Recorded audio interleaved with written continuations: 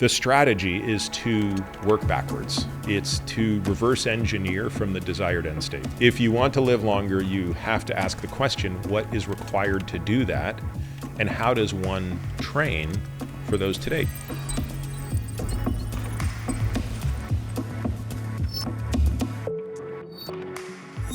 Peter Attia, welcome. Thank you.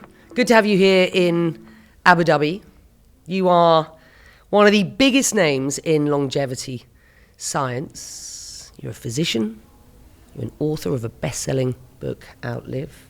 You're a podcaster. You are a disruptor. You tell me who Peter Attia is today, 2025. Who are you? Thank you for listening to today's sneak peek. If you're training first, you are still probably one exception. Everything you said I agree with. I guess it depends who you ask. I don't think of myself in any of those terms. Typically, I just think of myself as, I guess I do think of myself as a physician and probably an entrepreneur and a father. I would say those are probably the things I most identify with. What does longevity mean to you? I think it means threading the needle of figuring out how to live a longer life, but placing as much, if not slightly more emphasis on maintaining, if not improving, the quality of life as one ages. So what is your approach to managing our aging? It stems probably from my background as an engineer, which is to sort of try to take complicated problems and then break them into slightly more manageable problems. And so starting with the lifespan equation, it starts by asking the question, well, if living longer is part of the goal, what stands in the way of that? So that means you have to understand how people die. And we have a really good, clear understanding of how people die. People die most commonly from chronic diseases today, at least in the developed world. If a person says they want to live longer, they have to have a strategy to manage chronic disease. And there are basically two strategies. One is live longer with chronic disease, and one is live longer without chronic disease or delay the onset of chronic disease. And I've analyzed both of these, wrote a chapter about it in my book, and the answer is pretty clear. If you want to live longer, you have to live longer without chronic disease. You have to delay the onset of chronic disease. Now, it's not that you can't, once chronic disease sets in, rely on medicine to extend life, but the real win is in delaying the onset of whether it be cancer, dementia, or heart disease. On the health span side of things, I think the strategy is to work backwards. It's to reverse engineer from the desired end state. So if the desired end state from a physical standpoint is to achieve certain metrics late in life, you have to ask the question, what is required to do that? How much will each of those parameters decline? And how does one train for those today, just like an athlete does? Outlive is an amazing read. It talks about the art and science of longevity. There were two other things that really struck me. It's this concept of medicine 3.0, and then this concept of ignore your emotional sort of well-being or intelligence or, makeup at your peril. So firstly, for those who may be unfamiliar with medicine 3.0, just give me a sense of what you mean by that and how it fits into what many people would consider sort of traditional health care, and then how our emotional well-being, is important to consider.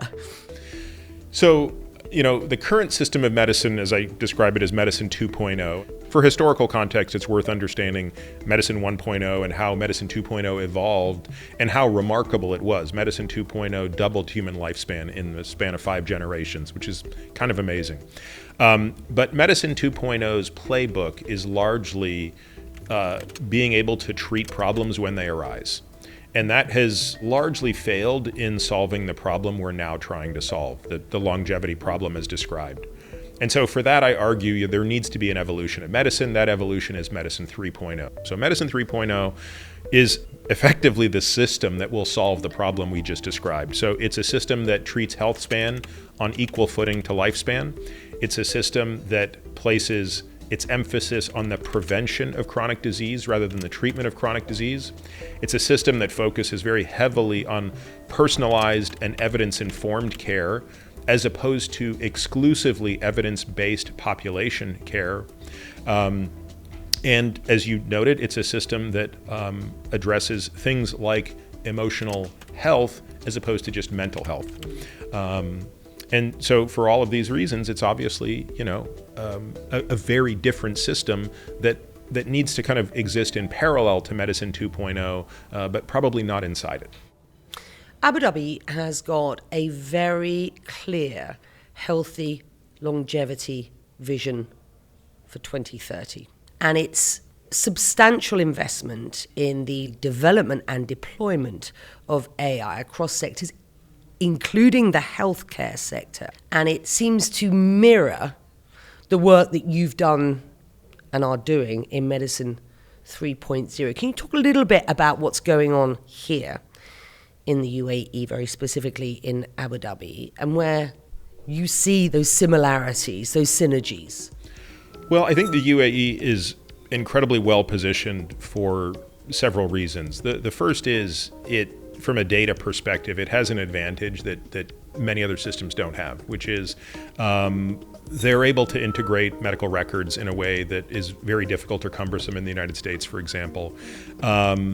They also have been collecting data, health data, in more sophisticated ways than many have. I just learned today, for example, that when kids are in school, in first grade, fifth grade, ninth grade, they're actually getting health data on them. I think the second piece that's very difficult to replicate outside of a place like the UAE is you have the highest level of commitment to solving this issue without sort of the bureaucracy that can sort of get in the way in other places.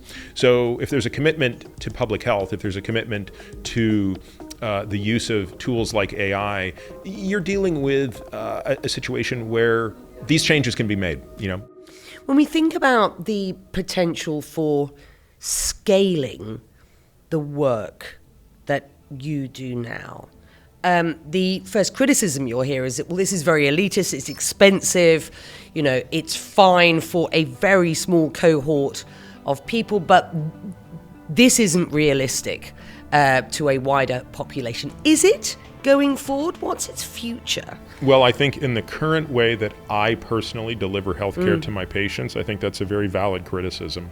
It's not scalable the way I'm doing it, where Peter Attia and his team of doctors are administering it in this certain way. And so it's been our objective for some time, and it's our objective right now to figure out a way to completely democratize this process. And obviously that can only be done through digital software solutions that rely initially on some AI and eventually on a lot of AI.